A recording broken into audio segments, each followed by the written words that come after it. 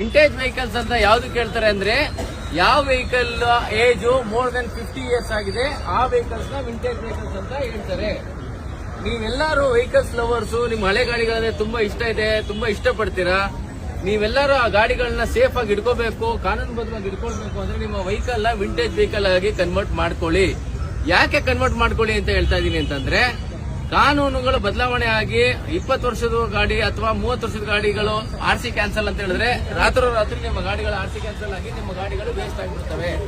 ಅದಾಗಬಾರ್ದು ಅಂದ್ರೆ ಯಾವ್ಯಾವ ಗಾಡಿಗಳು 50 ವರ್ಷ ಆಗಿದೆ, ನೀವೆಲ್ಲರೂ 50 ವರ್ಷ ಆಗಿರೋ ಗಾಡಿಗಳನ್ನ ವಿಂಟೇಜ್ ವೆಹಿಕಲ್ಸ್ ಅಂತ ಮಾಡ್ಕೊಳ್ಳಿ.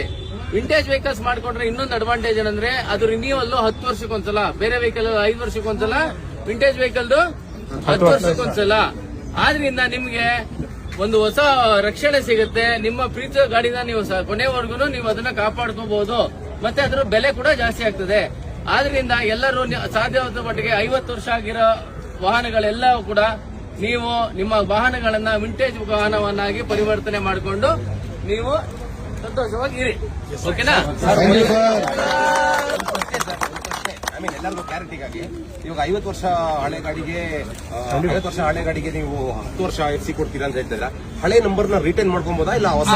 ಅದು ಸದ್ಯಕ್ಕೆ ಇನ್ನೂ ಚರ್ಚೆಯಲ್ಲಿದೆ. ಅದು ಸದ್ಯಕ್ಕೆ ಇನ್ನೂ ಕಾನೂನಲ್ಲಿ ನಡೀತಾ ಇದೆ.